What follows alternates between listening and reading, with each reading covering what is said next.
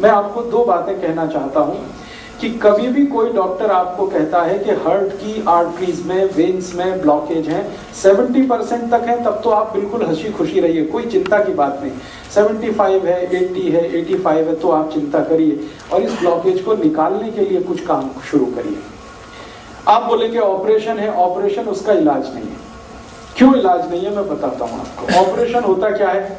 एक ऑपरेशन है जिसमें आपको एंजियोप्लास्टी किया जाता है। एंजियोप्लास्टी में क्या होता है कि मैंने बताया, ये जो एक तरह की आर्टरी है, मान लीजिए इसमें से ब्लड जाना है और ये रुक गई है, तो डॉक्टर एक छोटी सी स्प्रिंग है वो आपके आर्टरी में डालेगा, कट करेगा, यहाँ से आर्टरी को उठाएगा और स्प्रिंग उसमें इंसर्ट कर देगा। और स्प्रिंग इतनी बड़ी होती है, वो जो बॉल पेन में आपने देखा है कि स्प्रिंग होती है, एग्जैक्टली वही स्प्रिंग, एग्जैक्टली वही स्प्रिंग, बस उसमें मेडिकेशन किया हुआ होता है, दवा उस पर लपेटी हुई होती है। वो स्प्रिंग 10 रुपए की बनती है, लेकिन आपके हार्ट में डलने के बाद उसकी कीमत 2 लाख रुपए हो जाए, सिर्फ 10 रुपए की बनती है। आपको हैरानी होगी ये जानकर कि इतनी लूट मची है। हाँ, इतनी ही लूट मची है इस देश में। 10 रुपए की चीज को आपके हार्ट में डाल के वो कहेगा कि अब तो 2 लाख का बिल हो गया, 2.5 लाख का बिल हो गया, 3 लाख का बिल हो गया। आपको पता नहीं है, आप क्रॉस चेक नहीं करते और हम ये मान के बैठे हैं कि ये तो भगवान है जो डॉक्टर है। लेकिन आपको मालूम नहीं है कि भगवान जब होता था डॉक्टर तब होता था, अब नहीं। अब तो वो शैतान से भी ज्यादा खतरनाक है। भगवान फिर भी आपकी जान ही लेगा, ये तो इतना शैतान है कि जान भी लेगा, पैसे भी निकाल लेगा आपके घर से। हाँ, ये तो शैतान से भी ज्यादा खतरनाक। इसलिए मैं आपको थोड़ा अवेयर करना चाहता हूं कि हार्ट की प्रॉब्लम लेके कभी भी किसी डॉक्टर के पास आप जाएं और कोई डॉक्टर आपको ये कह दे कि आपका कोलेस्ट्रॉल बढ़ गया, इसके कारण ब्लॉकेज आ गया है, या ट्राइग्लिसराइड बढ़ गया, इसके कारण ब्लॉकेज आ गया है, तो आप बिल्कुल मत घबराइए जब तक आप अपनी रिपोर्ट नहीं देख लेते कि इसमें कितना % है। अगर 70 या 70 से नीचे है तब तो चिंता करने की बात ही नहीं। घर आइए, आराम से सोइए, खाइए पीजिए। 70+ है तो जरूर थोड़ी चिंता की बात है, लेकिन उस चिंता को दूर करने के लिए कुछ उपाय हैं जो मैं आपको बताना चाहता हूँ। ऑपरेशन उसका उपाय नहीं है। क्यों? मान लीजिए उसने एक आर्टरी को कट किया और एक स्प्रिंग डाल दिया। स्प्रिंग मैंने कहा इतनी सी है, इतनी सी स्प्रिंग यहाँ आ गई, ठीक है। अब ये स्प्रिंग डाल दी तो इसमें होगा क्या कि आर्टरी का थोड़ा एक्सपेंशन हो गया, तो खून ज्यादा जाने लगेगा। 1-2 दिन आपको बहुत रिलीफ लगेगा, लेकिन आगे और पीछे जहां स्प्रिंग है ना, उसके आगे और उसके पीछे वहां फिर जमा हो जाएगा क्या? कचरा, कीचड़, कोलेस्ट्रॉल फिर जमा हो गया, तो फिर तकलीफ आएगी आपको। फिर दोबारा आप डॉक्टर के पास जाएंगे, फिर कहेगा आपको एक और एंजियोप्लास्टी कराना पड़ेगा। तो जहां पे उसने स्प्रिंग डाला था उसके आगे पीछे और एक डाल देगा, फिर आपका 2-2.5 लाख का खर्चा। फिर उसमें क्या होगा, जहां स्प्रिंग पड़ गई वहां से तो ब्लड निकल गया, फिर उसके आगे और पीछे फिर वही समस्या। मतलब सीधा सा ये है कि ब्लॉकेज होने की टेंडेंसी जब तक आपके ब्लड में रहेगी तब तक ये होता ही रहेगा, आप चाहे कितनी एंजियोप्लास्टी करा दीजिए। और एक आर्टरी में 2 या 3 से ज्यादा एंजियोप्लास्टी हो नहीं पाती क्योंकि वो बहुत वीक हो जाती है। तब डॉक्टर आखिर में कहता आप बाईपास सर्जरी करा लो। बाईपास सर्जरी में क्या होगा, जो आर्टरी है उसके पैरेलल एक दूसरी आर्टरी लगाएगा और इसको बंद कर देगा। लेकिन अगर ब्लॉकेज की टेंडेंसी उसमें भी बनी हुई है तो थोड़े दिन में उसमें भी ब्लॉकेज आ जाएगा। कीचड़ भरने की अगर नाली में टेंडेंसी है तो नाली कितनी भी नहीं बनाते रहो, कीचड़ भरने ही वाला है। आप कुछ ऐसी व्यवस्था करो कि पानी के साथ नाली में कीचड़ ही ना जाए, ब्लड में कोलेस्ट्रॉल बढ़े ही नहीं, ट्राइग्लिसराइड बढ़े ही नहीं। और कोलेस्ट्रॉल बढ़े तो वो बढ़े जो अच्छा वाला है, जिसको हम HDL कहते हैं। खराब वाला क्यों बढ़े, LDL और VLDL। तो मूल बात जो हमें समझने की है वो ये कि हार्ट की प्रॉब्लम में कभी भी आपको डायग्नोसिस कर दिया किसी डॉक्टर ने कि आपको हार्ट अटैक आने वाला है, हार्ट फेल होने वाला है, कार्डियक अरेस्ट होने वाला है क्योंकि आपकी आर्टरीज में यहाँ ब्लॉकेज है, यहाँ ब्लॉकेज है, तो इसमें चिंता नहीं करना है, चिंतन करना है। चिंता करेंगे आप, घबराएंगे, घबराहट में वो सारे पैसे आपके निकाल लेगा क्योंकि यही आपका वीक पॉइंट है। आप चिंतन ये करिए कि मेरे ब्लड में जो खराब कोलेस्ट्रॉल है वो बढ़ क्यों रहा है, ये कम हो जाना चाहिए।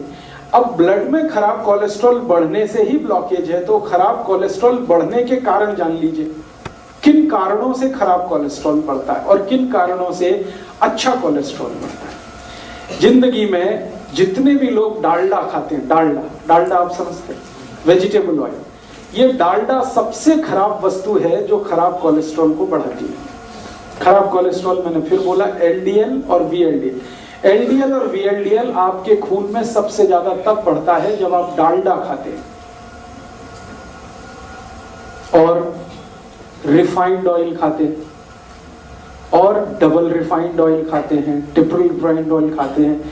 तो refined oil, double refined oil, triple refined oil, Dalda, ये 4 नाम हमेशा याद रखिए जो सबसे खतरनाक है आपकी जिंदगी के लिए। इनसे जुड़े हुए अगर प्रोडक्ट आपके घर में हैं, डालडा या डालडा का कोई भी प्रोडक्ट, XYZ ब्रांड नेम से आ सकता है। रिफाइंड ऑयल का कोई भी प्रोडक्ट XYZ नेम से आ सकता है। वो रुचि हो सकता है, वो सोया हो सकता है, वो गगन हो सकता है, वो पता नहीं क्या क्या नाम से हो सकता है। ये सब वो प्रोडक्ट हैं जो आपके शरीर में खराब कोलेस्ट्रॉल का निर्माण करते हैं। खराब माने LDL और VLDL, उसके कारण आपको ब्लॉकेज है। तो क्या करना चाहिए? इमीडिएट आपको फैसला करना चाहिए कि भाई हमारे घर में डालडा नहीं आएगा, हमारे घर में कोलेस्ट्रॉल खराब बढ़ाने वाला कोई भी प्रोडक्ट नहीं आएगा। तो डालडा हटा दीजिए, अपने भोजन से डालडा निकाल दीजिए और रिफाइंड ऑयल भी निकाल दीजिए, डबल रिफाइंड भी ऑयल निकाल दीजिए। तो रिफाइंड और डबल रिफाइंड और डालडा निकालते ही आपका कोलेस्ट्रॉल घटना शुरू हो जाए, इमीडिएट। और अगर आप चाहें तो 3 महीने ऐसा खाना खा के देख लीजिए जिसमें डालडा की 1 बूंद भी ना डाली गई हो और रिफाइंड और डबल रिफाइंड ऑयल ना इस्तेमाल किया गया हो। 3 महीने में वो डॉक्टर ही कह देगा अरे आपका तो बहुत कम हो गया LDL और VLDL। तो कारण आपको पता होना चाहिए। कारण सबसे बड़ा जो है बैड कोलेस्ट्रॉल, खराब कोलेस्ट्रॉल जो हार्ट अटैक लाता है, कार्डियक अरेस्ट लाता है, उसको लाने वाला जो प्रोडक्ट है, जो वस्तु है आपकी रसोई में, वो डालडा है, रिफाइंड ऑयल है, डबल रिफाइंड ऑयल है। अब आप उल्टा कहेंगे कि डॉक्टर तो सब बोलते हैं रिफाइंड ऑयल खाओ, हार्ट की प्रॉब्लम से बचना है तो डबल रिफाइंड खाओ और अच्छा है। डॉक्टर इसलिए बोलते हैं कि उनका आपस में एक दूसरे के साथ जबरदस्त कनेक्शन है। रिफाइंड और डबल रिफाइंड ऑयल बेचने वाली कंपनियों का डॉक्टरों के साथ कनेक्शन है। डॉक्टर उनका जितना भी प्रिस्क्रिप्शन करेंगे, कंपनियों का धंधा चलेगा, कंपनियों का धंधा चलेगा तो डॉक्टरों का भी धंधा चलेगा। लोग जितना ज्यादा रिफाइंड और डबल रिफाइंड खाएंगे उतना हार्ट अटैक आएगा, उतना हार्ट अटैक आएगा तो डॉक्टरों की भी चांदी है, कंपनियों की भी चांदी। इसलिए आप विज्ञापन देखकर टेलीविजन पर कभी भी जिंदगी के बारे में फैसला मत करिए।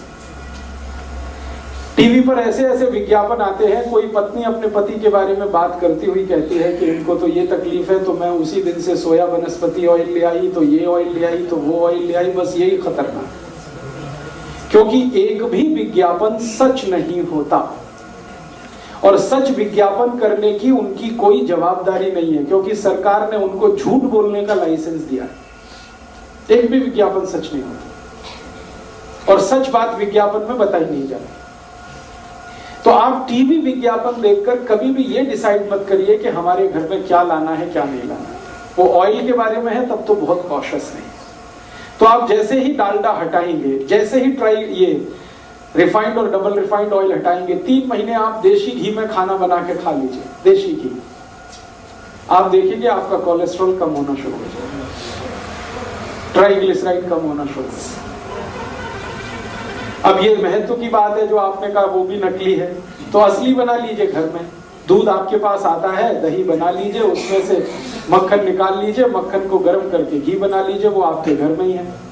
मेरा कहने का मतलब ये है कि आप घी के लिए देशी घी जितना ज्यादा खाएंगे बैड कोलेस्ट्रॉल उतना कम बनेगा, डालडा जितना खाएंगे बैड कोलेस्ट्रॉल उतना ज्यादा बनेगा, रिफाइंड और डबल रिफाइंड खाएंगे और ज्यादा बनेगा। तो पहली बात अपने जीवन में याद रखिए कि हार्ट से जुड़ी हुई किसी भी प्रॉब्लम में तेल तुरंत बदल दीजिए।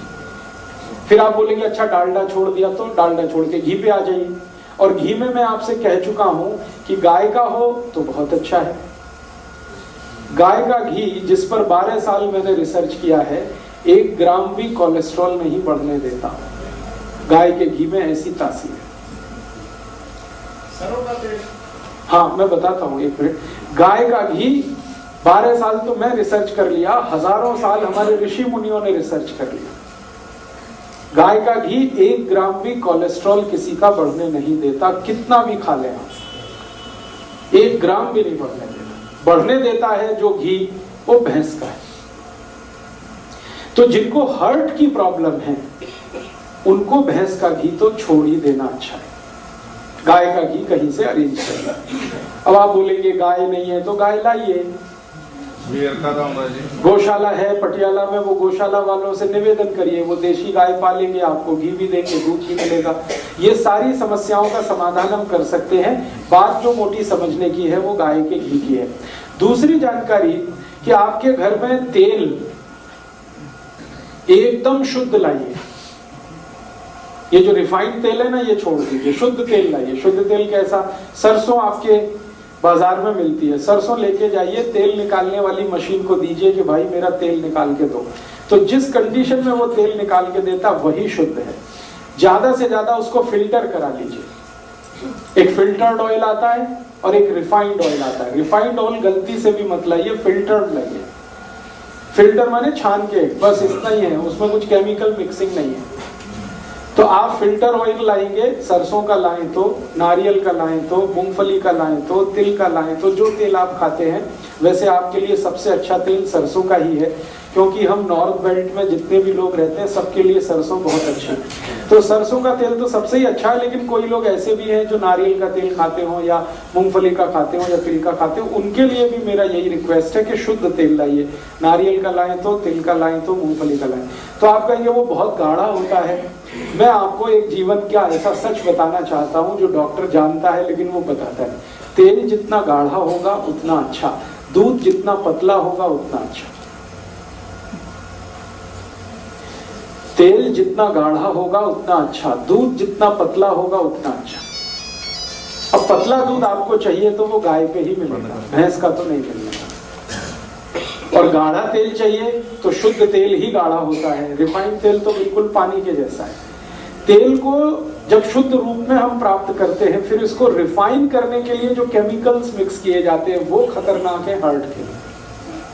वो सब हमारे LDL और VLDL को बढ़ाने वाले हैं वो सारे। मेरे कुछ मित्र हैं जो डॉक्टर हैं, हार्ट स्पेशलिस्ट हैं, अलग अलग गांव में, माने अलग अलग शहरों में काम करते हैं। हम सबका एक ग्रुप है। हमने ग्रुप स्टडी किया पिछले 10 साल कि जिसके क्लिनिक में, जिसके पास भी हार्ट अटैक का पेशेंट आता है, ऑपरेट करने के पहले उसका पूरा हिस्ट्री लेना, तब ऑपरेशन करना।